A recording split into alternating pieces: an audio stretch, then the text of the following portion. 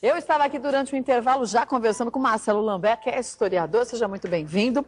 Boa tarde. Boa tarde. Falávamos de civilização maia. Você fez uma viagem de mais de 30 dias, né? Isso. Até quanto tempo faz que você veio aqui? Acho que uns 6 meses, não faz? Mais ou menos. Acho que foi novembro, final de novembro do ano passado. É, e você até falou que ia fazer essa expedição. É uma expedição científica. Quer dizer, não é assim, vamos fazer um passeio turístico. Nada disso. Não. E eu, no comecinho do programa, ainda comentei com Mama o quanto que a gente, lendo nos livros, a gente acha que a gente sabe tudo sobre a civilização maia. Mas numa expedição como essa, a gente percebe que a gente não sabe nada, né? Falta muita coisa em termos de bibliografia aqui no Brasil, livros especializados, né? Documentários também sérios sobre o tema. Agora, ir a campo é total, né? Você está de frente para o documento, de frente para a civilização, e é incrível. Vamos começar com algumas fotos? Você começou a viagem por onde? Bom, o nosso destino foi a Cidade do México, foi a primeira base. Então você saiu da Cidade do México? E depois... mas passar rápido assim eu nem enxergo, gente. Deixa eu ver. Passa primeiro, qual é essa daí? Essa daí é o Palácio Nacional, fica no Distrito Federal, no México. E nós estamos, no fundo nós temos ali um painel do Diego Rivera, um mural, né? Ele foi um ícone aí do muralismo e é muito, muito bonito e remete muito à história colonial e pré-colombiana também da nossa América. Aí é um cenote, né? É o cenote de Iquil, que fica próxima a Chichén Itzá. O que é um cenote? Na península do Yucatán não existem rios. Lá eles têm mais de 3.500 cenotes. E aí nós estamos vendo um cenote, que são grandes buracos. Como se fosse um poço gigante. Obviamente que tem uma ligação por cavernas ali, né, que são lençóis freáticos, e não existe rios. Então, por conta disso, são esses cenotes que abasteciam os maias do Yucatán. E é pertinho de Chichén Itzá? É próxima. Eu acredito que uns 20 minutos de carro você já está no cenote. E aí a pirâmide de Kukulcán, famosa, né, a El Castillo, e aí todos os pontos, as zonas arqueológicas, a gente estava com a nossa bandeira lá representando o país, né, e sempre levando aí a ciência como meta aí para nós. Essa é uma pirâmide que tem uma lenda muito grande com ela, né? Quer dizer, eu acho que é uma lenda, não sei se enfim era verdade, que os sacrifícios humanos eram feitos justamente aí, naquele topo, né? Havia sacrifícios nessa cidade, inclusive os maias, quando eles entram em decadência, Kátia, as cidades que não tinham um sentido ritualístico ou sagrado, eles destruíram, os próprios maias. Isso no final do ano 900 depois de Cristo. E essa cidade, especificamente, ela foi uma cidade que foi preservada pela civilização porque era uma cidade ritualística. Ela era fundamental para a lógica religiosa. Ela não é maia pura, é maia tolteca, que eles são povos que vieram do norte do México, que se mesclaram. Isso, que fundiram-se aí com a cultura maia, e essa cidade ela passa a ter ela é emblemática dentro da cultura maia. E sem dúvida nenhuma havia rituais, né, nessa cidade, até por conta de ser uma cidade com esse caráter religioso. Mas os rituais eles eram importantes nessa época para esses povos, porque eles tinham, na verdade, uma ligação muito forte, quer dizer, se o sangue é o que deixa a gente viva, que nos alimenta, para os deuses mais ainda, né? Sim. O sangue para eles tinha um sentido fundamental. Eles chamavam essa substância de It, e essa substância eles entendiam como uma substância vital. Ou seja, levava a vida, né? E como os deuses, segundo o Popol Vuh, que é o livro sagrado dos maias, que dá toda a epopeia, a origem da civilização, nesse livro ele fala o seguinte, que os deuses se sangravam, e dessa massa com a terra, sangue, terra, e essa massa formou o ser humano. Então, quando os sacerdotes, os arraus, eles se sacrificavam fazendo cortes na língua, virilha, orelha, era no sentido de vivificar a terra, né, banhar a terra com esse sangue e, partindo desse sangue, trazer vida para a civilização. Agora, volta na foto anterior da pirâmide, por favor. Porque na lateral, a gente tem a escadinha, hoje não se pode mais subir nessa pirâmide, lá em Chichén Itzá, antigamente podia. E a gente tem, ali na lateral, dá para ver do lado esquerdo, do lado esquerdo, a cabeça de uma cobra. Isso. Qual o simbolismo dessa cobra? nessa pirâmide? Bom, primeiro que a pirâmide, nas suas 4 faces, né, cada uma delas voltada para um ponto cardeal, norte, sul, leste e oeste.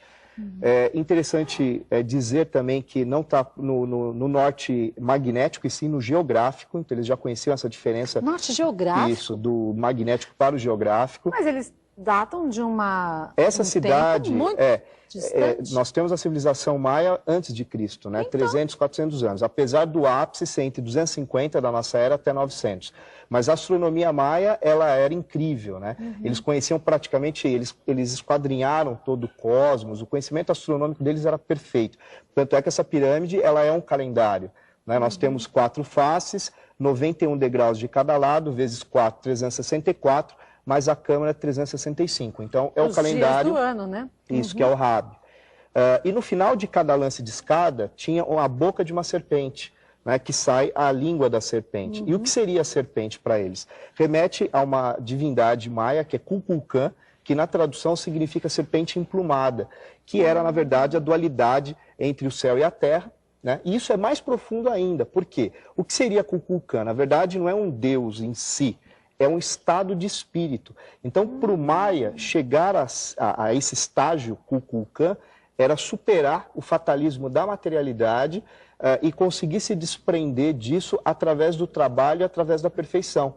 Então, eles reproduziam isso na construção dos templos, na organização social. Legal, ou seja, como um estímulo às pessoas, como né? um estilo.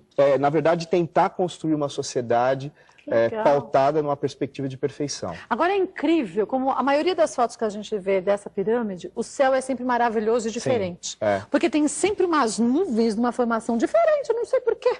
Não, essa região é muito interessante. Aí a península do Yucatán, né, é uma área, inclusive, muito quente. Né, inclusive, é nessa região que não existem rios, que são os cenotes, que são mais de 3.500 cenotes, e é uma área muito interessante para conhecer. Muito lindo. A próxima foto, vamos ver?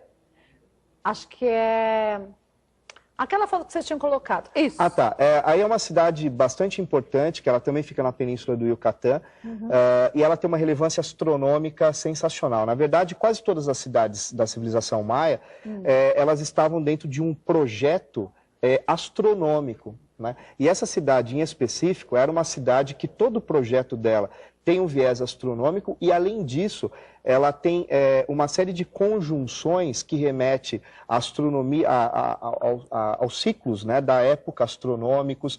Os maias, eles já acreditavam na questão da astrologia, né? Ou seja, eles acreditavam na interferência dos planetas, do cosmos em si, na formação, na individuação de cada um. Né? A partir do momento que nascia, aquela criança já passava por um processo de profecias para que essa criança já tivesse uma determinação social. Então eles acreditavam muito. E essa cidade, ela tem essa relevância. E aí atrás desse monumento, justamente onde eles faziam esses estudos. Isso, que tinha uma importância muito grande no sentido astronômico. E rituais, óbvio, ligados a essa questão do conhecimento astronômico. Muito legal. A próxima foto, deixa eu ver. Qual será? Vamos ver. Vamos esperar, porque aí a gente vai ver. Foram 32 dias, né, que você falou? Isso, no total. É dentro do templo. Dentro do templo. Inclusive, tem um senhor conosco, que é o professor Carlos, professor Dr. Carlos da UAD, que é da Universidade Federal do México, da Península, e que ele tem um trabalho muito interessante lá também. Ele estava acompanhando a nossa expedição na região do Yucatán. Ele acompanhou vocês Isso, também? Nós tivemos na região... troca de informações. Troca de informações, inclusive intercâmbios futuros aí para os brasileiros irem estudar lá. Ah, que legal. Que é uma coisa que a expedição, na verdade, trouxe de volta na sua bagagem, né? E a gente poder, assim, ter orgulho de dizer que a gente vai poder trazer isso para o Brasil. Muito legal. A próxima foto... Isso, essa cidade, Kátia, ela é interessantíssima. É a cidade de Édesna, é uma zona arqueológica que fica no estado de Campeche. E aquele templo que nós estamos vendo no fundo dessa pirâmide, isso, é o templo dos 5 patamares. E, inclusive, até a questão que nos deixa muito triste, essa pirâmide, um grupo de jovens turistas, eles entraram e destruíram toda a parte de relevo, todo o estuco que tinha dentro da pirâmide, pinturas, eles picharam, eles riscaram. E, infelizmente, hoje, turista não pode mais entrar dentro dessa pirâmide. E essa cidade, isso, né? essa cidade tem uma coisa interessante. A sociedade maia, em si, ela tinha uma característica patriarcal. Cidades-estados, várias cidades-estados, e cada uma tinha o seu próprio rei, a sua própria autonomia. E no caso de Edna, nós temos uma relevância que nós tivemos uma grande sacerdotisa, uma grande princesa que governou Edna. Então ela teve um período matriarcal.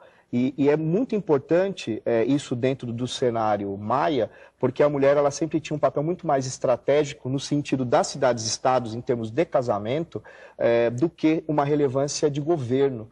Né? Então é Edna, Palenque também tem essa realidade, que é a famosa Rainha Vermelha, né? E no caso de Edna também, que é uma cidade que está extremamente preservada, encravada no meio da floresta.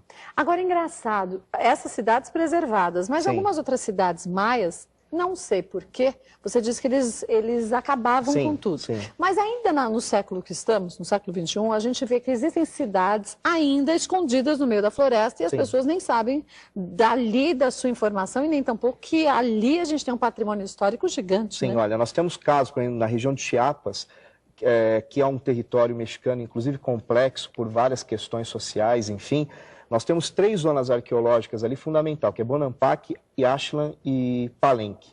Elas estão no meio da floresta, inclusive se você sobrevoar Bonampak, por exemplo, você vê pontinhas, e que na verdade são pontas de pirâmides, de templos. E por que ninguém vai lá ver? Na verdade, hoje existe inclusive... Para Bonampak, Yaxtlan, por exemplo, você tem que subir o rio Usumancita, que faz fronteira com a Guatemala, para chegar nessas cidades, né? Então existe, é claro, uma dificuldade muito grande para o turista, mas existe pesquisa, né? Você foi lá? Nós passamos em Palenque. Na nossa rota tinha Bonampak e Yaxtlan, por várias razões, pela importância dessas cidades. Mas, infelizmente, quando nós estávamos em Palenque, na região do Chiapas, nós fomos orientados para não ir para essa região. Por quê? Porque nós estávamos exatamente na fronteira com a Guatemala e existe uma situação muito complexa ali, ligada à questão de guerrilha, questão de narcotráfico. Gente. Então, nós fomos orientados a evitar essa região.